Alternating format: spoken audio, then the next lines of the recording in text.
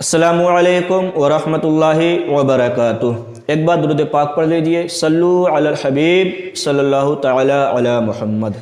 एक साहिब हैं जिनका नाम है फरहत खान। उन्होंने सवाल किया है कि हज़रत फजर की अज़ान के बाद में तहज्जुद की नमाज़ पढ़ सकते हैं या नहीं पढ़ सकते हैं। तो बहुत अगर उनके जहन में जो सवाल चल रहा था उन्होंने कर लिया, और ये न सोचें कि यार फजर की अज़ान के बाद में तहज्जुद की नमाज़ कैसे हो सकती है।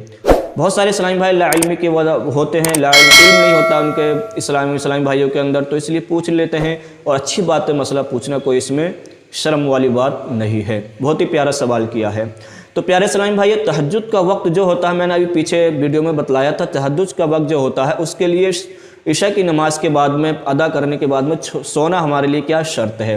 अब उसके बाद में हमारी 11 बजे आँख खुले या 12 बजे आँख खुले, उसके बाद में हम तहज्जुद की नमाज़ पढ़ सकते हैं। उसका वक्त जो रहता है, जो सहरी का वक्त जो हमारा ख़त्म होता है, सहरी का वक्त जब तक रहता है जब तक तहज्जुद का वक्त रहता है। अब बहुत सारे इस्लामी भाई इसमें कन्फ्यूज़ रहते हैं कि इशा की नमाज़ के बाद में वो पूरी रात नमाज़ पढ़ना शुरू कर देते हैं और सोचते हैं कि हमारी तहज्जुद की नमाज़ कहलाई जाएगी। नहीं, ये तहज्जुद की नमाज़ नहीं कहलाई जाएगी, बल्कि वो पूरी रात जाग कर जो इबादत करते हैं, अच्छी बात है, अफजल है, तो वो सलातुल लैल कहलाई जाएगी। वो आपकी तहज्जुद की नमाज़ नहीं कहलाई जाएगी, सलातुल लैल नमाज़ कहलाई जाएगी। और फ़र्ज़ नमाज के बाद में सबसे ज़्यादा फजीलत आई है वो सलातुल लैल की ही फजीलत आई है।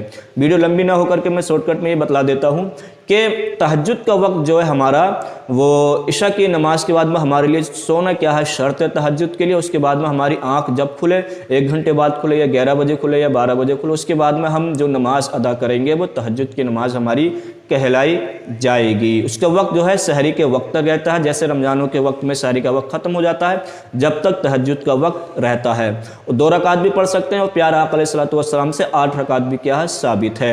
अब वो इस्लामी भाई ने जो सवाल किया फजर की अज़ान के बाद में तहज्जुद की नमाज़ पढ़ सकते हैं या नहीं, तो प्यारे इस्लामी भाई, फजर की अज़ान के बाद में जो है तहज्जुद की नमाज हम नहीं अदा कर सकते, क्योंकि फजर की अज़ान से पहले तक अगर हम अदा करें तो कर सकते हैं, क्योंकि सहरी का वक्त जब तक रहता है जब तक हम तहज्जुद की नमाज़ पढ़ सकते हैं। अब जैसे अज़ान हो जाती है तहज्जुद का वक्त जो है ख़त्म हो जाता है। अब अज़ान के बाद में जो हम नमाज अगर अदा करेंगे तो वह हमारी फ़जर की नमाज कहलाई जाएगी। और फ़जर का वक्त कब तक रहता है, यानी कि तुलू आफ्ताब तक, जिसको हम सूरज निकलना कहते हैं, उस वक्त तक फ़जर का वक्त रहता है। तो प्यारे इस्लामी भाई, फ़जर की अज़ान के बाद में तहज्जुद का वक्त नहीं रहता है, तहज्जुद की नमाज नहीं पढ़ सकते।